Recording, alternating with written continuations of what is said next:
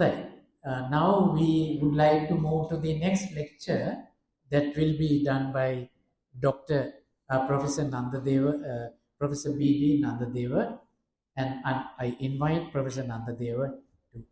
So I may think of shortening the lecture, maybe skipping 1 or 2 slides, but I try my best to stick to time. My topic is intangible cultural heritage, its historical trajectory. This is the first time I'm talking about this subject because I have been talking a lot about the intangible cultural heritage of this country and intangible heritage in general. But Professor Valegoda asked me that I have to make some connection to the historical development because the majority of participants of the students followed the program on history or historical something. Therefore, I took some extra effort, made some extra effort to look at the historical trajectory of how this convention came into being.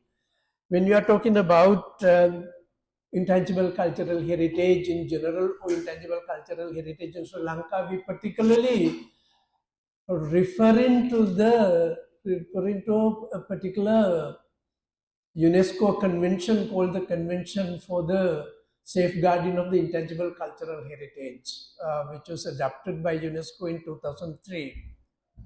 So I will be focusing my lecture on how the events that paved way to the adoption of this convention.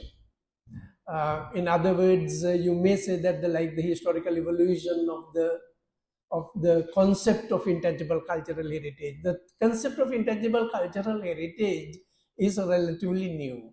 It began in the 1990s, not before that. So I will be talking about 4 subtopics, that is the United Nations and the United Nations Organization and UNESCO, and cultural heritage as a part of their international agenda. You know that the United Nations is doing so many things, and its cultural activities are handled by the UNESCO. So I'll be talking about the cultural heritage as a part of the international agenda of these organizations. Then I'll talk about the 1972 World Heritage Convention, and then the place of living cultural heritage in this convention. Then the 1989 recommendations of the UNESCO, that is about safeguarding traditional culture and folklore. Then the last in the 2003 convention. Let's look at this picture. This may remind to you as historians or emerging historians or aspiring historians. The one on the right is, what is to the right is to my left, right? What is to your right? What is to your left? What is to your left is the representatives from 50 countries negotiating the United Nations Charter. Actually, this meeting changed our history because, as we know, the United Nations is making an enormous impact on our lives. Even though, don't ask me why there is a war in Ukraine and another annihilation of one race totally in the Middle East. However, despite all these drawbacks, the United Nations have been doing a great service to the humankind.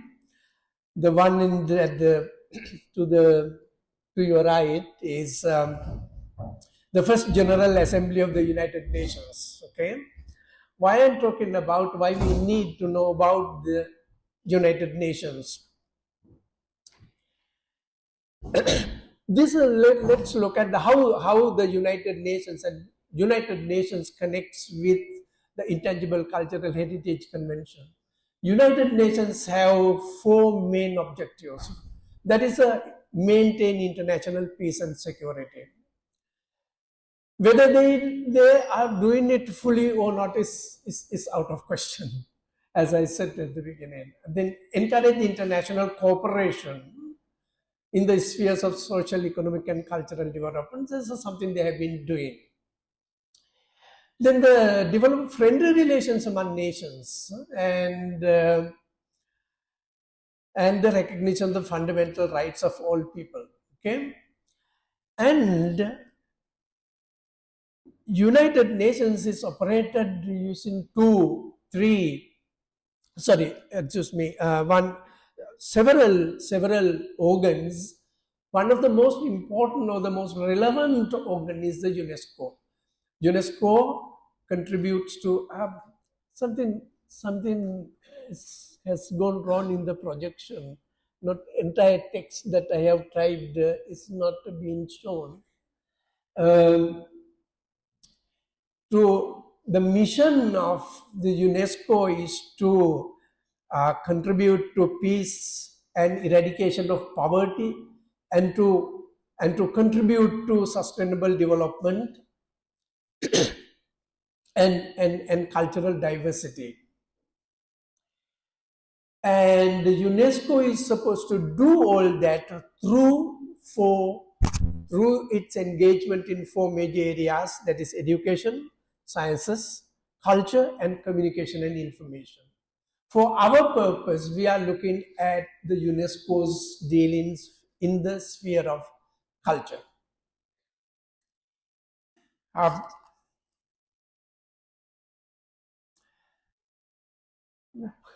It's a little bit frustrating that the computer, the incompatibility of my computer and this computer, many things have been changed here. And to safeguard cultural heritage, the UNESCO has produced several documents, starting with the 1956 recommendation defining the international principles to be applied in archaeological excavations. Then in 1954, the Convention for the Protection of Cultural Property in the event of armed conflict. You may have heard that during the problem with the ISIS, the crisis with the ISIS, they destroyed several historical sites in the Middle East, like Medina. But in this lecture, we are not concerned of these three things: the Convention on the means of prohibiting and preventing illicit import and export. But we pay attention to the convention that was adopted in 1972, the convention concerning the protection of the world cultural and natural heritage, popularly known as the World Heritage Convention. You may be aware that in Sri Lanka we have 6 World Cultural Heritage Sites inscribed in UNESCO, and they were inscribed as World Cultural Heritage Sites under this convention, 1972 convention. Then we have the next it's not the convention but a recommendation. There is a big difference between conventions and recommendations. These are recommendations on the safeguarding of traditional culture and folklore, which is very relevant to the subject that we are talking about today. The next is the Convention on the Protection of Underwater Cultural Heritage. We are not talking about that. But the most important one is missing here due to the computer incompatibility, that the 2003 Convention of the for the safeguarding of intangible cultural heritage. So we are mainly talking about that, and how things led to the development of that convention. Let's look at these two photographs. But you see here are the destruction caused by the World War One, that is from 1914 to 1918. The World War One destroyed the large number of cultural heritage sites in Europe. Europe was the worst hit. And what you see on your right is the famous Brandenburg Gate in East Berlin, which was excellent neoclassical building construction. It was that also was not fully but partly destroyed during World War II. So the world was created, caused such a damage to cultural heritage, and experts, scholars and experts in Europe became very, not only in Europe, even outside of Europe, became very upset and very concerned of the destruction that the armed conflicts can do against the cultural heritage. So the UNESCO in the 1950s and 60s were thinking about how we can protect our cultural heritage. So at the heart of UNESCO's mission and activities, you see the two hearts here. It would have been nice if we could have had this lecture on the 14th of February on the Valentine's Day with so many hearts. So we had to work, the UNESCO wanted to work to create the conditions for dialogue among civilizations. But UNESCO thought was that there wasn't a dialogue among civilizations. That was the biggest problem. So the conditions for dialogue among civilizations, cultures, and people based upon respect for commonly agreed values, which means mutual respect among communities, among cultures, among peoples, would be able to prevent such damage and protect our heritage. And through this dialogue that the world can achieve global visions of sustainable development, that's what the UNESCO thought and still thinking. And also UNESCO thinks that we can safeguard human rights and mutual respect and alleviate poverty. This is a very broad vision. Actually, it's very difficult to see the truth of this from the surface because it's a very, very you need to have a very in-depth analysis to see how mutual respect can, or how sustainable development, or how alleviation of poverty can contribute to world peace. So these are at the heart of the UNESCO's agendas and activities. Something is very interesting happened, or important happened towards the end of the 1950s. That is decision to build the Aswan High Dam across the Nile Valley. We all know that Egypt has a very great civilization, which is very, very old and very mystic and very secretive, and there are so many things that we have to learn from the Egyptian civilization. But constructing the Aswan Dam across the Nile and create what is called today as the Nazar reservoir. It was very important for both Sudan and Egypt. In order to develop the country, both countries agreed that they have to build this dam. But the bad news was that the new reservoir is going to inundate a large number of extremely important monuments, particularly the temple called the Temple of Abu Simbel, which is done by the very great Egyptian pharaoh called Ramses II. And there's another monument called the Temple of Nefertari. It's a very extremely important queen of Egyptian history.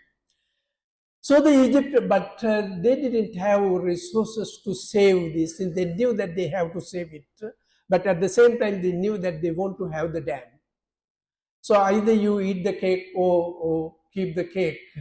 So therefore, the two governments appealed to UNESCO for help to provide them necessary resources, technological resources, and also financial resources to save these two temples. There are so many different suggestions, proposals came up, but what they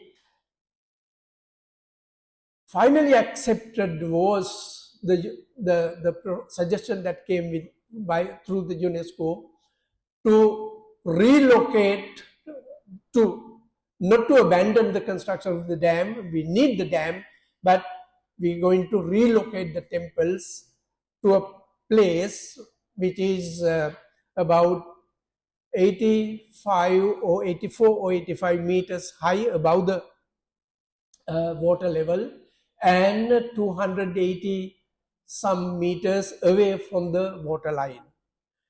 But that's an enormously challenging task, and this is how they did it. What they did was that they using giant cutting machines, they cut the Abu Simbel, which is on the living rock, they cut the rock into pieces, numbered them, and carried them, transported them to the new location, and reassembled it.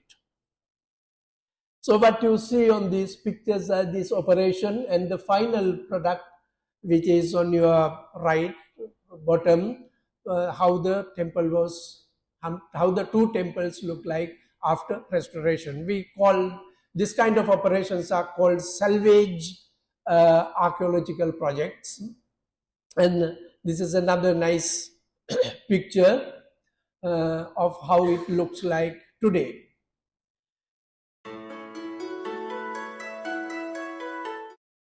Okay, so this is how it looks like today, the restored, and this is a close-up of the temple of Abu Simbel. Okay, and the three images are the images of Ramses II, some of the most powerful, most influential pharaohs of Egyptian history. So this operation taught several lessons to the world. That is, one is that nothing is impossible to save a monument. Okay, nothing is, if one could save Abu Simbel, you could save any other monument in the world, no matter where it exists. Second thing is the importance of international cooperation, because the Egyptian government or the Sudanian government did not have enough resources. So the campaign cost was about 80 million US dollars, half of which was donated by some 50 countries, which means it's not only Egypt or Sudan who were worried about the destruction of the temples, but there were 50 other countries thought that, well, even though it is not located in our land, or even though it's located somewhere else and it belongs to a religious belief which has completely gone into oblivion, no longer exists, people thought that we must do whatever we possible to preserve important world heritage, examples of important world heritages. So it shows what the UNESCO learned was the importance of solidarity of nations. And secondly, the shared responsibility, because the responsibility was shared by the entire world. Okay, so its success led to other safeguarding campaigns also. This list gives you those examples. So the next step forward was the UNESCO's thinking that the linking of the protection of cultural and natural heritages, because at Abu Simbel it was mostly the cultural heritage, but not the natural heritage. But the UNESCO realized that it's not only the cultural heritage, but the natural heritage also at the risk of destruction. There were so many elements that destroyed natural heritage. In Sri Lanka, we all know that because every day we hear about stories about how Sri Lankans, they are not to destroy their natural heritage because we cut trees, we do a lot of unauthorized constructions across waterways, and we destroy. We as a nation, we just don't care about preserving nature, unfortunately. However, the UNESCO thought that we must link the two. I'll tell you the reason later. So there was a, it is basically a American initiative, US initiative. There was a White House conference held in 1965. They talked about the world, they established something called the World Heritage Trust. The idea was to stimulate international cooperation to protect both cultural heritage as well as natural heritage. So these two major achievements of UNESCO were in their effort to link the protection of cultural and natural heritages. In 1968, they were able to establish a new agency called the International Union for Conservation of Nature, but it's called IUCN. In Sri Lanka, we have the IUCN branch. So they also developed these proposals to protect nature. Then in 1972, the UNESCO adopted this.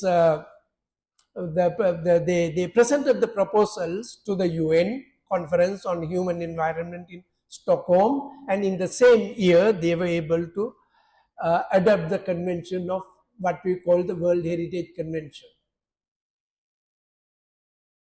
The importance of this 1972 convention was that the UNESCO was able to put the both ideas in one single text, one single document.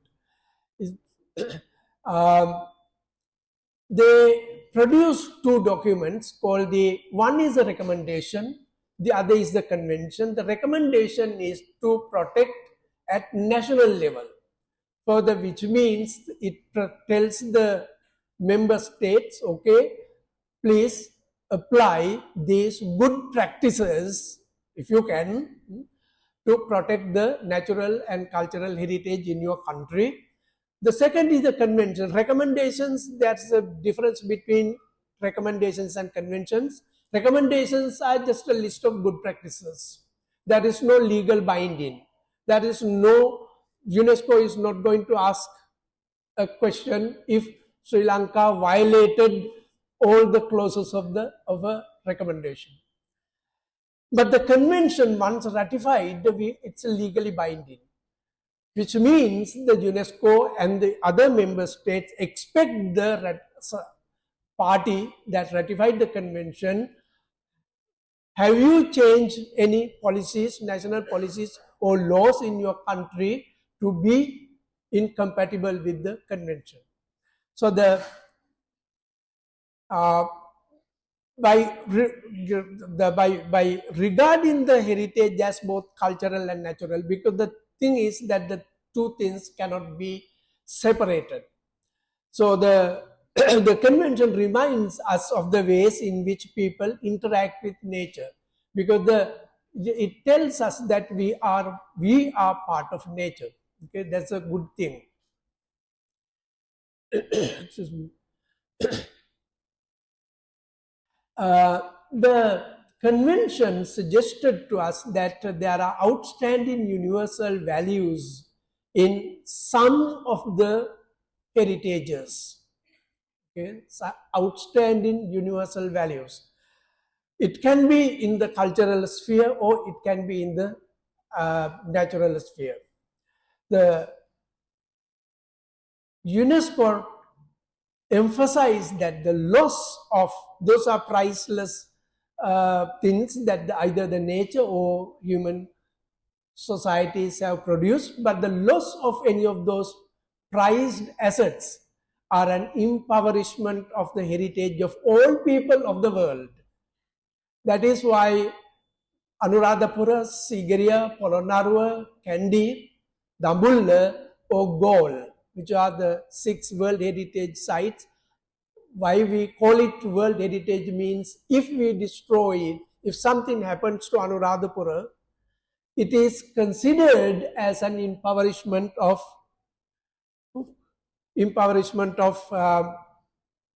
the heritage of all people. It is not only for the loss for Sri Lanka, but it's a loss for the entire world.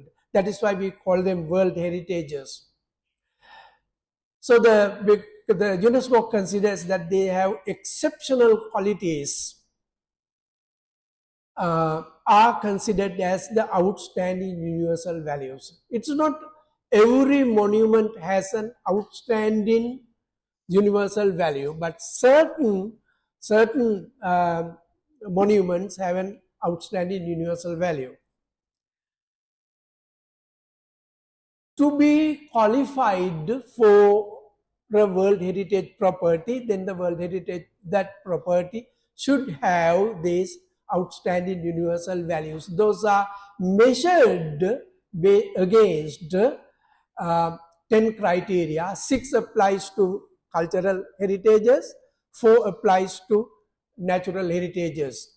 I'm not going to read out the 10 criteria. I put them on the slides just to show you that they exist. Okay, so I will skip these slides except for one, the criteria number 6. All the other criteria relates to or refer to the monumentality of the property, the tangible nature of property, like archaeological site or a painting or building, architecture. But criteria 6 says that to be directly or tangibly associated with events or living traditions, with ideas, with beliefs, with artistic and literary works of outstanding universal significance. But you see that the criteria 6 refers to intangible features, intangible characteristics associated with these monuments. Okay. But at the same time, it says that this criteria should preferably be used in conjunction with other criteria, which means it should be a monument of outstanding universal value, and then you can use this criteria in conjunction with one of the other 5 criteria. Okay, then let's go to let's skip. This is again, I'm repeating the same thing. Okay, so what is the heritage interrelationships? Now, when we talk about the tangible heritage, intangible heritage, and natural heritage, we tend to think that those are three discrete entities, and they are not connected, which is not true. These examples show that how intangible cultural heritage, tangible cultural heritage, and natural heritage are interconnected. These examples that you see in the pictures is the Kandy Asala Perahara. Now the Dalada Maligava is a part of World Heritage, but it has intangible aspects like the Tevawa, daily Tevawa, and other rituals, and the annual festival called the Dalada Perahara. So which means if you remove the Tevawa and the Dalada Perahara from the Maligava is not really serving its purpose any longer. So similarly, the Siripada is a natural site, heritage site, but it is important. The pilgrimages to Siripada is a intangible element. And then the Dambulla, the temple, it's a World Heritage Site, but we do every day, people go on pilgrimage, we worship and do various rituals. Similarly, you have the Buddha Pujavas and the Kataragama, and the Bodhi Pujavas and some Kovila. All these are so that how intangible and tangible heritages are interconnected and interdependent. Now these are some of the, what you see these pictures, I do not want to explain them, you recognize them, starting with the Kiri Tiruvilla that we did 2 weeks ago, or 1.5 weeks ago. If you were awake in the middle of the night, I had to stay awake because my wife follows all the traditions and I couldn't go to bed early that day. So the Bodhi Pujavas, the Kataragama, all these things, and the Padayatra, what you see is the Padayatra, all these are important cultural, intangible cultural elements. You will see further the Aurudutsave, the Rabang and the Kottaporas, and Rukadan Atung and Kombakankarya and other the Tamil Hindu rituals. All these contribute to our rich intangible cultural heritage. These are the Dumbara, Rata, Paduru, Karmantaya, and the Vesmunu, Kapima, Biralu, and the Paduru Vivim. All these are part of our intangible cultural heritage. Why I want to show them? Or how UNESCO activities contribute to them is that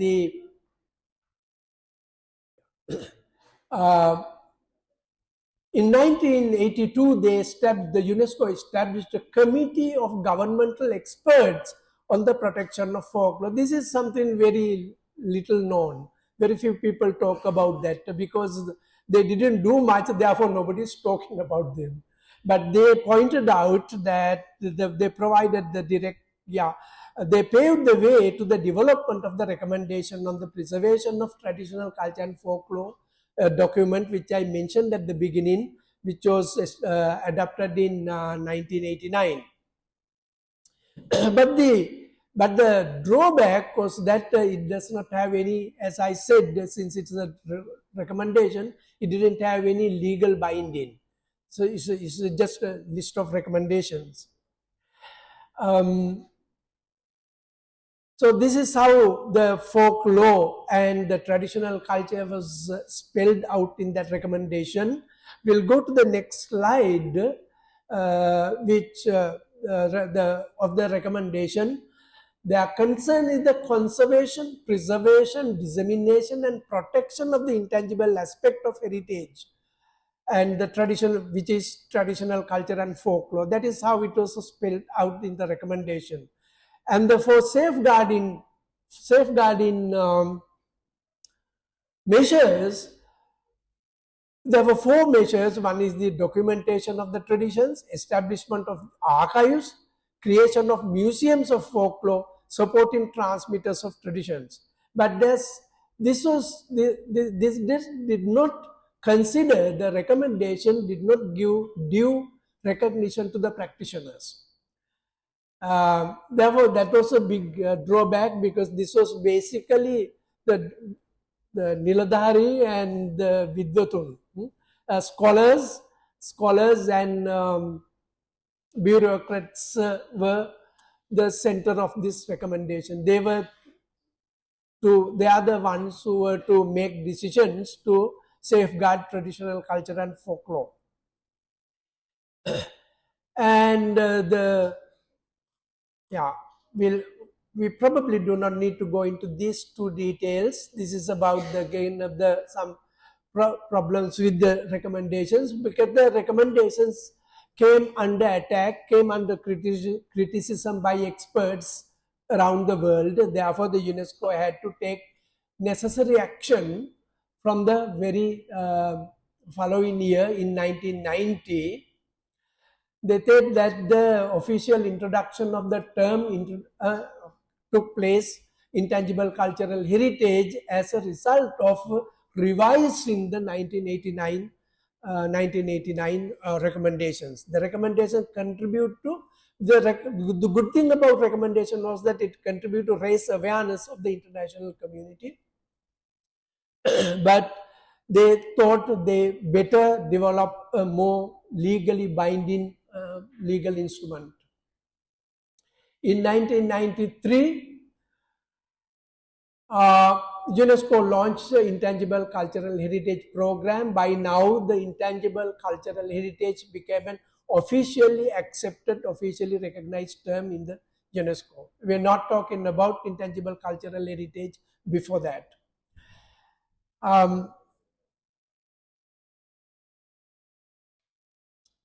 In 1997, UNESCO had the General Conference. In 1998, as a result, as an outcome of this conference, they established a program called the Proclamation of Masterpieces of the Oral and Intangible Heritage of Mankind. But this was later absorbed into the 2003 convention. In 1998, UNESCO established the list of masterpieces of the oral and intangible cultural heritage. It is somewhat similar to the list of representative list of intangible cultural heritage. But the other thing was that the exceptional value was removed from the usage. Because the convention, the UNESCO thought that it is unfair to consider some cultural elements as high and other cultural elements as low, because the UNESCO thinking was that through the 1990s, the cultural products are equal no matter where they were produced and who produced them. So therefore, they got rid of these unique concepts like nomenclature like unique value or masterpiece.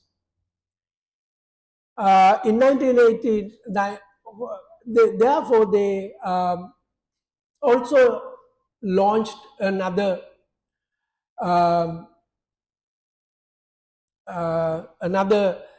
approach called the global assessment of the 1989 recommendations. They wanted to make a proper assessment and to produce a new document because they needed the legally binding instrument. They had 3 points. One is that the much has changed in the worldwide political, economic, social and cultural landscape. Many things have changed. Therefore, the recommendations, actually this was few years after the introduction of the recommendation. It's like something reminded to me, like in Sri Lanka also you pass a parliamentary bill and 6 months later you say that it's not good enough. Okay, so you want to like our constitution. So that the new technologies can have adverse effects, because actually 1990s was a technological revolution, time of technological revolution. They thought that maybe there may be bad or adverse effects, and also on the positive side they thought that the new technology, there may be avenues for us to use the new technologies to safeguard culture. Therefore, they need a global assessment. As a result of the global assessment, they study many issues, and based on the recommendations of these meetings, UNESCO and the Smithsonian Institution jointly organized an international conference called the Global Assessment of the 1989 Recommendations on the Safeguarding blah blah Local Empowerment and International Cooperation. This happened in 1999, and soon they started developing the new convention. And they appointed, they assigned an expert, Professor Janet Blake, to do a preliminary study and submit recommendations, and this is available on the internet. If you have any interest in further reading, you can look at these things. And he said that the new standard setting instrument was produced. This is called the Convention for the Safeguarding of the Intangible Cultural Heritage, which was adopted in 2003 and came into force in 2005 and ratified by Sri Lanka 3 years later in 2008. So now you will notice one big change is that the use of the word intangible cultural heritage instead of the folklore. The word folklore was, the use of the word folklore was heavily criticized by Professor Janet Blake. Because when you say folklore, folklore means the law of the folks. When you say somebody is folk, that shows the value judgment, because you are talking at a higher level, more refined level, more cultured level, and you are talking about the cultural product of a individual or a group or a community which is lower. Okay. Therefore, they got rid of the word folklore. The word folklore does not appear in the 2003 convention. So therefore, now today we use the word intangible cultural heritage, which does not add any value judgment. Folklore is always associated with the value judgment. So the folklore or intangible, why they preferred the folklore approach is a very academic approach. It's mostly the scholars who did folklore research or folklore studies. But we are talking about living cultural practices. But the UNESCO approach was as I said, the intangible cultural heritage. But the previous approach was to document and research, which is done by scholars again. But convention emphasized that what the need is safeguarding rather than doing research. Okay, so it's a bad news for universities. And also the test, as I said, there's a bias of refinement. But now when you use the word intangible cultural heritage, it is bias free and value free. There are other problems also associated with the use of, because the reason why I wanted to talk about this is that in Sri Lanka we still have the issue of fighting against the use of the word folklore. There's a large number of academics in this country who still would like to look at intangible cultural heritage as folklore, which is the subject of their research. They go to a community, waste the time of the community members, collect data, write a research paper, publish it, and get your promotion, and the community has absolutely no idea. Community is not benefited, the research is benefited. So the folklore the folklore approach instigates romanticization and homogenization of culture. And it promotes the notion of authenticity, that which leads to segregation and even conflict between communities. But the intangible cultural heritage promotes the notions of collective memory. We talk about shared culture and collective culture, collective memory. And also we talked about inclusivity. We not exclude, intangible cultural heritage expert would not exclude any community. And it leads to harmony, social harmony and reconciliation, and lasting peace as expected by UNESCO. I produced a little graphic to show that the conflict and segregation, how folklorist approach creates, because you think the culture A is more important than culture B. Okay, so what happens is there won't be any reconciliation, there will be always conflict. There is more about folklore, but why we say that the intangible cultural heritage is a shared thing, particularly for Sri Lanka as an island located in the middle of the Indian Ocean and in the center of ocean trade routes. We have always been these two slides show that the Sri Lanka's position in the exchange of cultural ideas for like over 3,000 years. So we have borrowed and lent cultural values, cultural practices for 3,000 years with other people of both sides of the Indian Ocean. Therefore, there cannot be a pure Sinhala Buddhist culture to exist in this on this island. We have been mixed up with all kinds of people from Far East, Far East Asia, Southeast Asia, and the east coast of Africa and Arab world. Okay, so the culture is always shared. This monsoon, how the monsoon took place. Monsoon means a trader who travels from the east coast to the west coast of India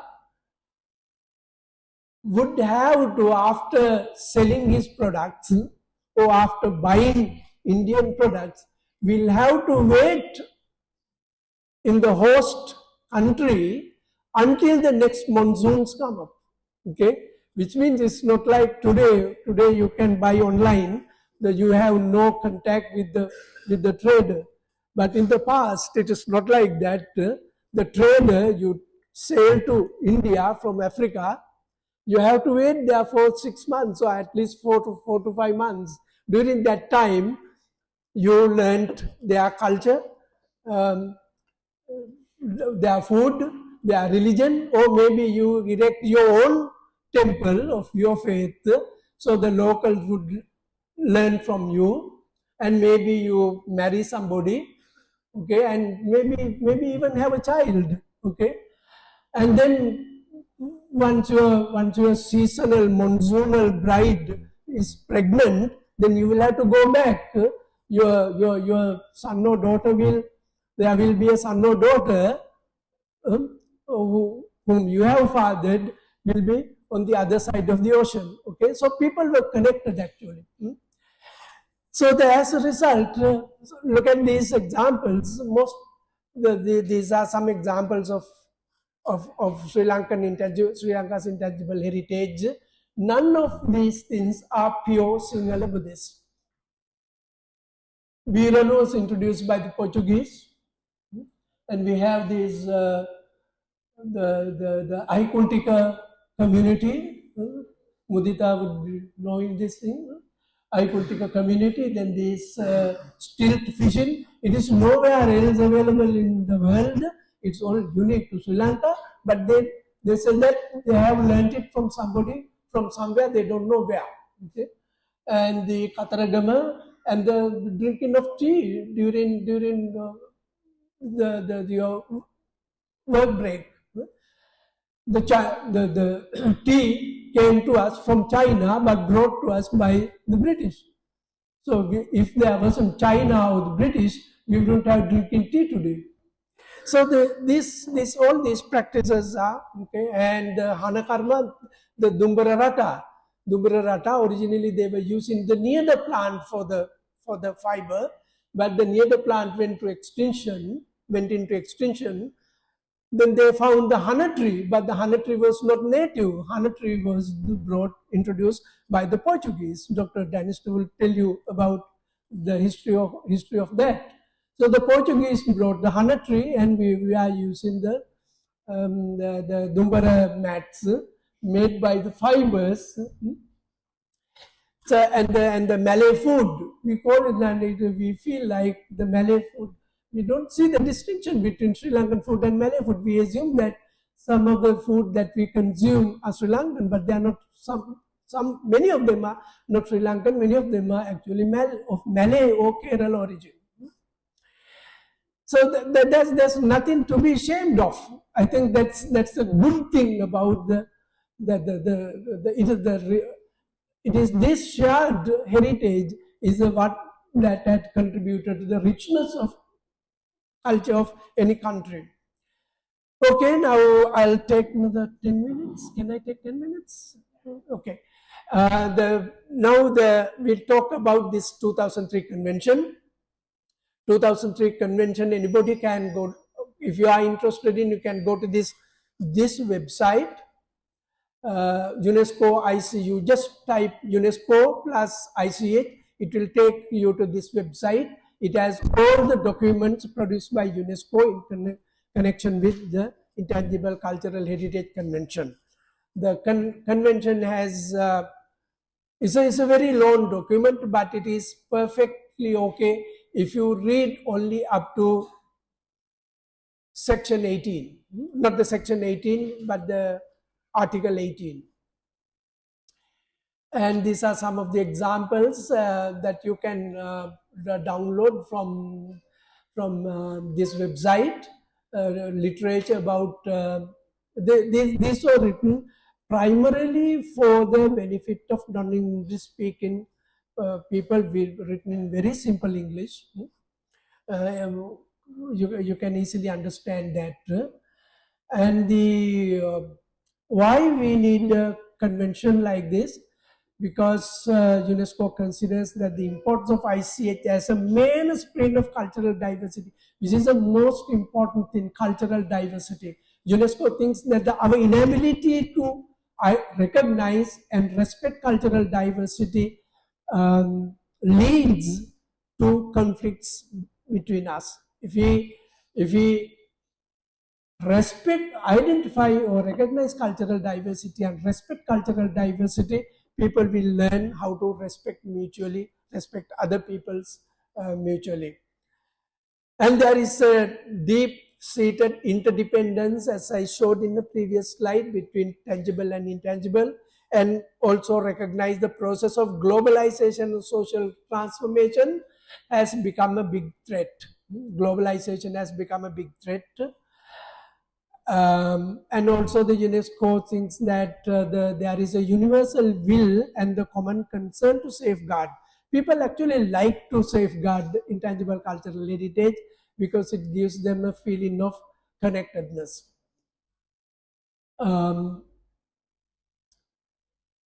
Yeah, so the UNESCO thinks that there is a great need to build greater awareness, especially among the younger generation. UNESCO thinks a lot about the younger generation because it is very, that is the reason why I accepted this invitation, because I know that I'm talking to the younger generation about the importance of intangible cultural heritage. So the part one is the general provisions. It says the safeguard, need for intangible cultural safeguard, and to ensure the respect and the raise awareness and ensure mutual appreciation. So that is the purpose of the convention. This is not to be described. The definition of ICH, this is how the convention has defined: practices, representations, expressions, knowledge and skills, and within brackets I have put instruments, objects, artifacts, and cultural spaces associated with them that communities and groups consider as a part of their heritage. So these are few examples. Here you see the one at the right bottom is the cultural space. That is a kamata.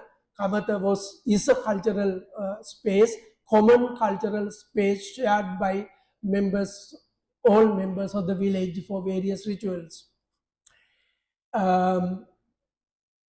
Yeah, and the second characteristic of intangible cultural heritage, it is transmitted from generation to generation and recreated by the practitioners in response to their environment and the interaction with their history.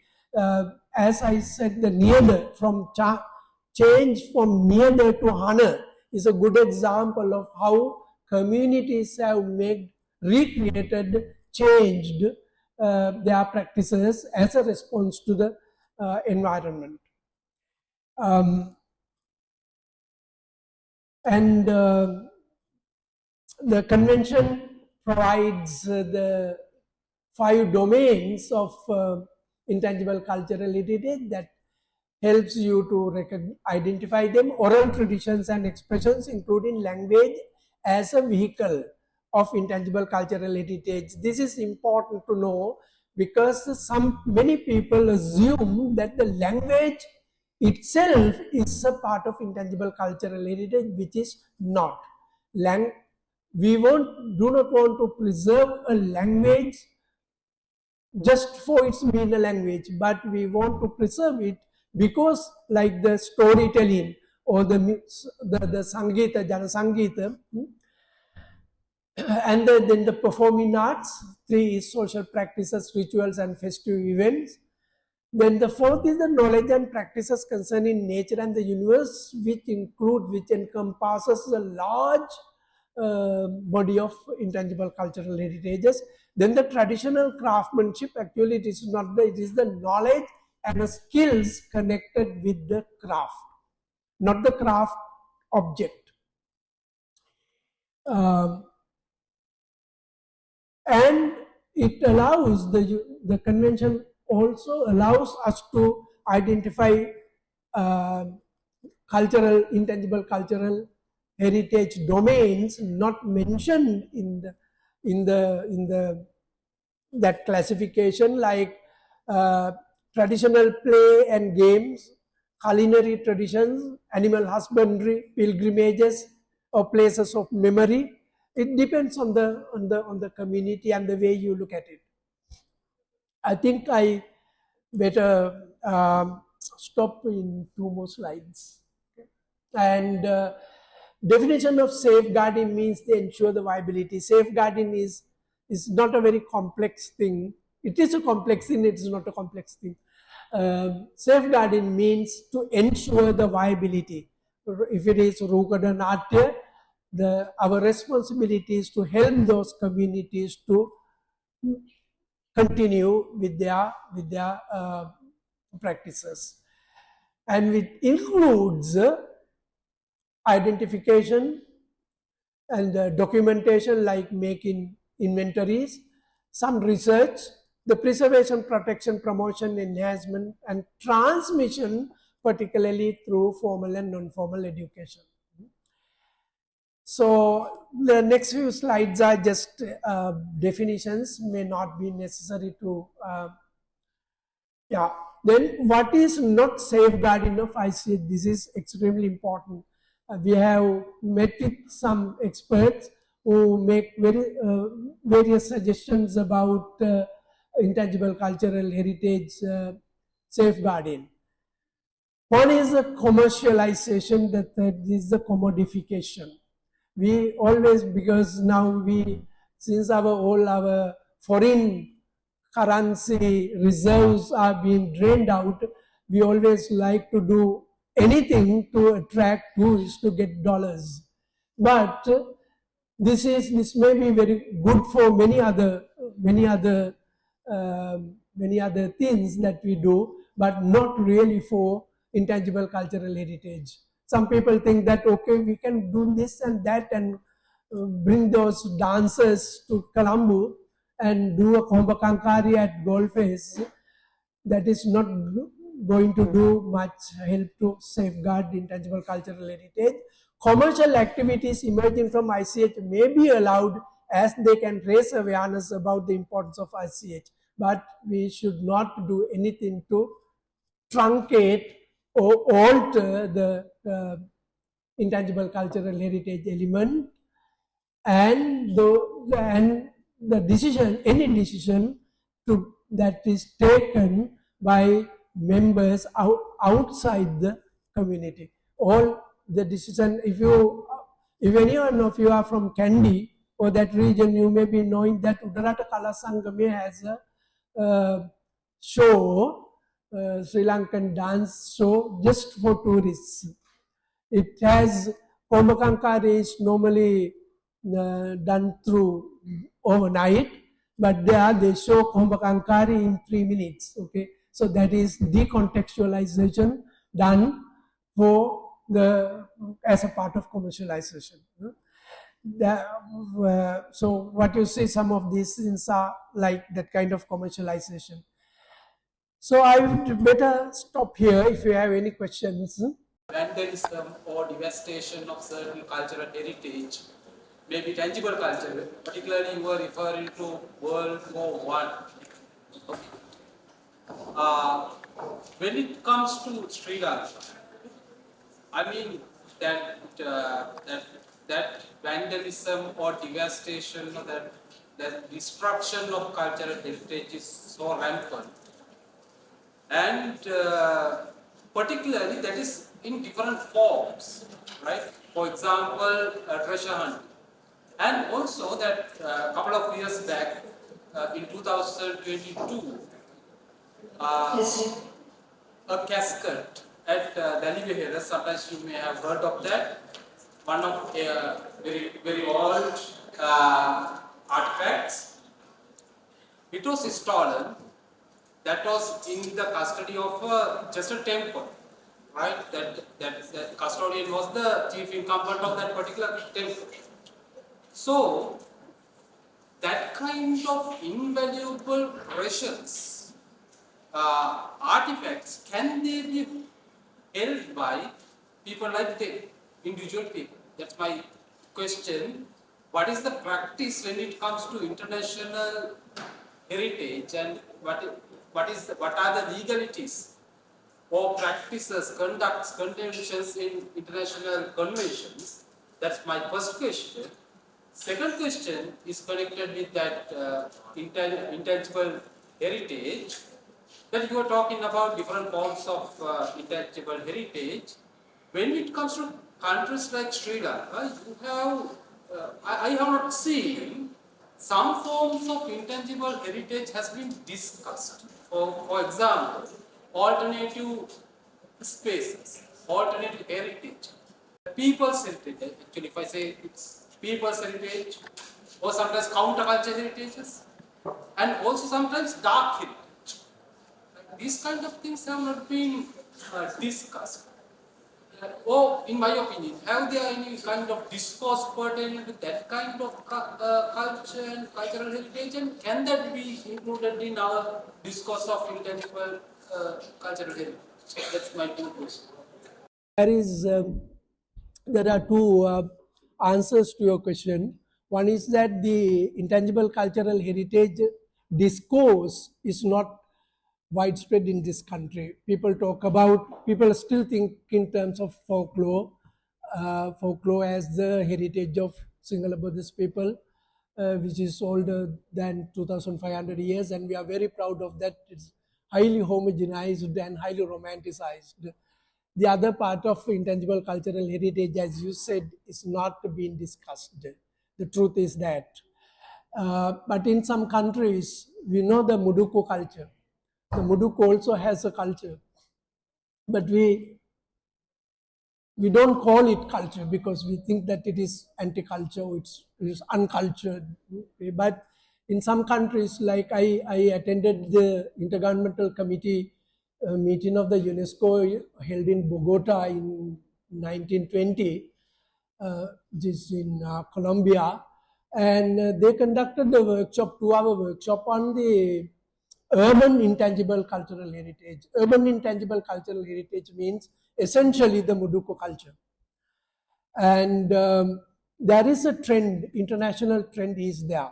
Actually, many participants who are not familiar with the importance of Muduku culture, Shanti culture, or whatever, became aware that it is possible for us to look at it as a distinct culture. So, but I do not know how many more years it's going to take for Sri Lanka to come across anything like that, because even safeguarding the non-intangible culture is the ministries are too slow to do that. Now we ratified the convention in 2008, and now 2024, but we have only 2 elements, intangible elements on the UNESCO representative list. I think we have to work fast and have this kind of, one way to alleviate this situation is to have this form of discourses, especially in university campuses, because the graduates of this program, once they go out, when they are graduated, and when they take up positions in ministries and departments, or even in the private sector, then they will go there with some ideas taken from this kind of workshops, and they will, in the interview, will have to look into the future to take care of that. The answer to your First question is that, well, it is a accepted international practice that artifacts excavated from a site should be or preferably be displayed at the site or at a museum closer to the site. Fine, fantastic, because if I go to that site, then there will be a notice saying that the relic casket was discovered from this place, then I do not have to go all the way to the Metropolitan National Museum, the National Museum in the metropolis, the capital city, to see that, because it is just there. However, so it is a good practice to show them, display them at a site museum. That is the prime objective of this concept of site museums. However, if you are displaying a priceless archaeological object at the site museum, then it is the responsibility of the authorities to provide adequate security measures to protect that. So if you are just displaying it without necessary or at least the minimum security measures, then those authorities are responsible for that. And the second thing is something that we cannot resolve. What happened when the custodians becomes the culprits? It is not the first time that we lost valuable artifacts displayed inside museums or even within temples, but eventually it has been proven that the monks of that temple have stolen that. So that is something we definitely need a discourse and very active පනතියන නීති ක්‍රියාත්මක කරන නීති, not the නීතිය that is limited to the law book. We definitely need that. The Dalivela case taught us actually many lessons. I do not know whether the Department of Archaeology has learned from those lessons and taken necessary actions. නැතුණාට පස්සේ නඩුවක් දාලා ඇති වැඩක් නැහැ. Because by the time you file the case, the object must have already taken out of the country. Once it is taken out of the country, theoretically it is possible to bring it back, but practically it is nearly impossible to bring it back. So we have to have several new discourses to arrest that problem. Dalivela is a unique thing. Everybody, all these guys must have learned about it at the 8th grade in the history class. All history books, school history textbooks have images of the Dalivela, the casket. Unfortunately, did I answer your question? Did I answer your question?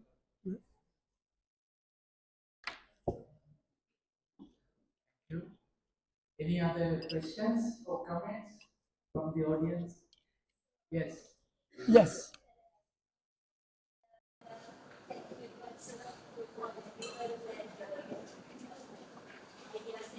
Because I went back to my university time as a student at the University of Academy. I attended your lectures in the fine arts subject.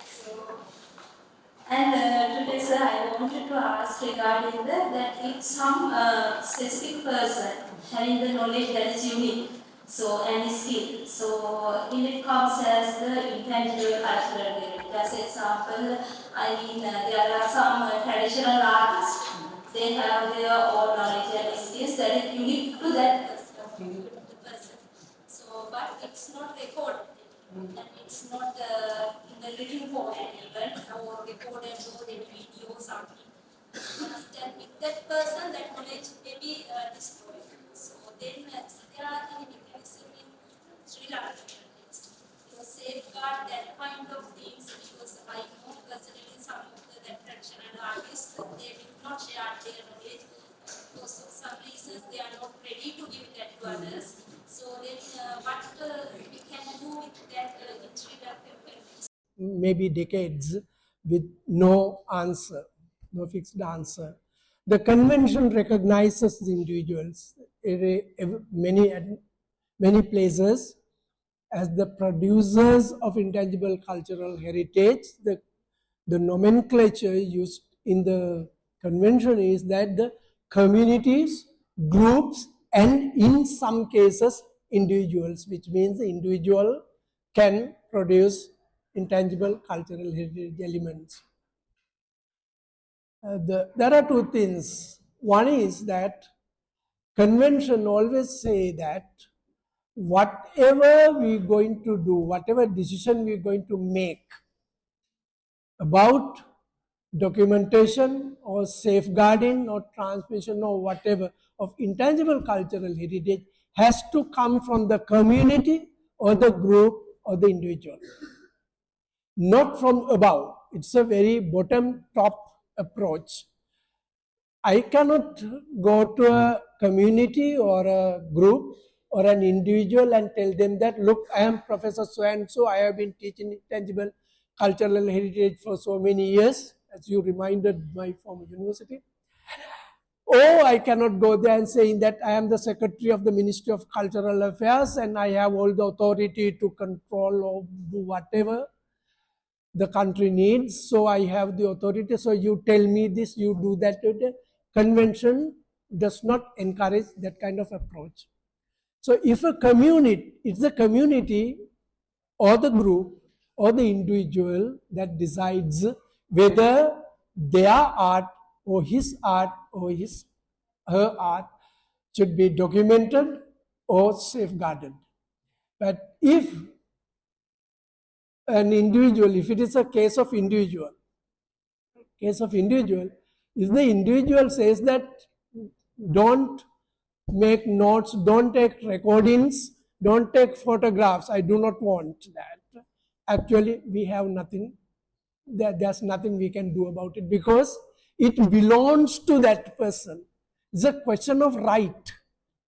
Something, the Rukada belongs to that particular Gamwari community, not to the Ministry of Cultural Affairs or the Department of Cultural Affairs or the Art Council. We are not, we are all here only as facilitators to help them in safeguarding that.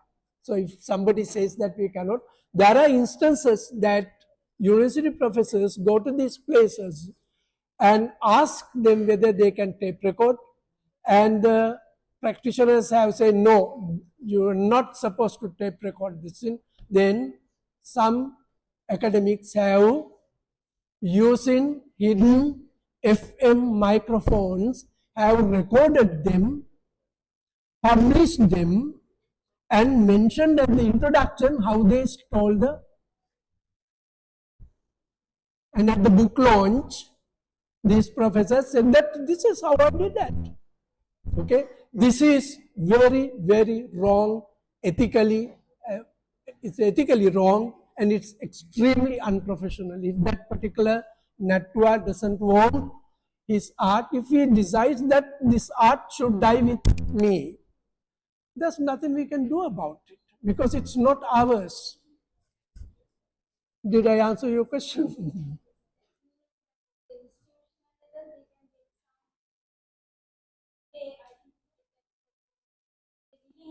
Yes, if they willing, of course. Yes, yes. Only if they like, because it's theirs. Mhm. Thank you, Professor. We can allow you one or two questions, if any. Dr. Tamara? Yes. Yes, thank you very much for that interesting presentation, Mr. Mandir. From your pictures, I recall how I've seen the Kamatha and all that, and I remember seeing at the Harsan when I was a 10-year-old. But I haven't seen one since then. And you were saying we can't, according to this, we can't recreate it in somewhere else, and that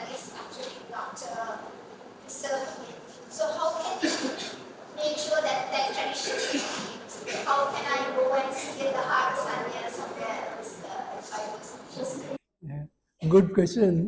Actually, there are some officials from the Ministry of Cultural Affairs and the Department of Cultural Affairs who can answer that. But the thing is, the truth is that we have to face certain realities. Okay, in 2016, the Sri Lanka Rupahani Corporation, with association of the Arts Council, held a Koba Kankarya in Colombo on the Rupavahini compound. You know how much the Rupahini Corporation had to pay for that? 32 lakhs. It's an extremely expensive today to have a performance of a traditional thing. Therefore, but I do not necessarily mean that since those are expensive, one doesn't have to do that, because then we will lose that, because if 1 or 2 generations do not practice a cultural activity, that's going to disappear. So we need a serious discussion with the government authorities. You may be knowing that the culture is always at the bottom when government allocations are made. The treasury officials always think that the culture is the least necessity of humans. The cultural ministry receives very small amount of money, and the intangible culture, and it has to be utilized for so many other things.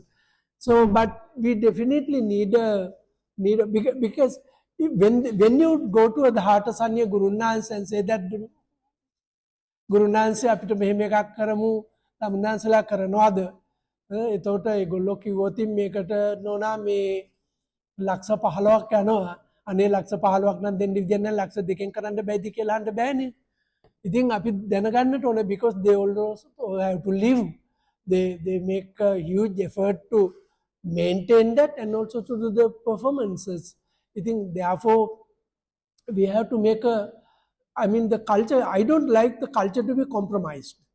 If it is a cultural element, that the purity of that cultural element, we must leave it in the hands of the community, not us.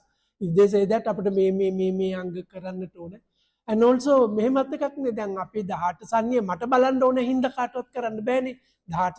there is a social need why the Hatasanya should be performed. I think a social need අපි මොකද කරන්නේ ඉතින් අපිට කරන්න පුළුවන් එකක් museum piece එකක් වගේ then government has to find funds to do that these are some very very difficult questions to answer unfortunately but ඉංග්‍රීසියෙන් අපි අර ඉස්කෝලේ යනකොට ඉගෙන ගත්තේ where there's a will there's a way කියලා කවියක් නේද so if there is a will on the side of the government or the cultural ministry, there are always ways to do that. But unfortunately, we do not have that seriousness or the feeling of that serious necessity. Did I answer your question? Yeah, if I had known that was the last, the Hatasanya, and at that time, Yes. I would have paid more attention. Yeah. At that time, I didn't know how valuable it is. This is a facilitator. The government has to be a better facilitator. That's what I firmly believe. And our governments for the past 20 or 25 years have not been a good facilitator to continue with our cultural traditions. Yeah, culture always get the antima ඉතුරු වෙන cake කෑල්ල කපලා ගියපුවාම ඉතුරු වෙන අන්තිම ටික තමයි culture වලට හම්බ වෙන්නේ. ඉතින් අපිට දොස් කියන්න බෑ මිනිස්ට්‍රි එකට. ඒකයි ප්‍රශ්නය. Yeah.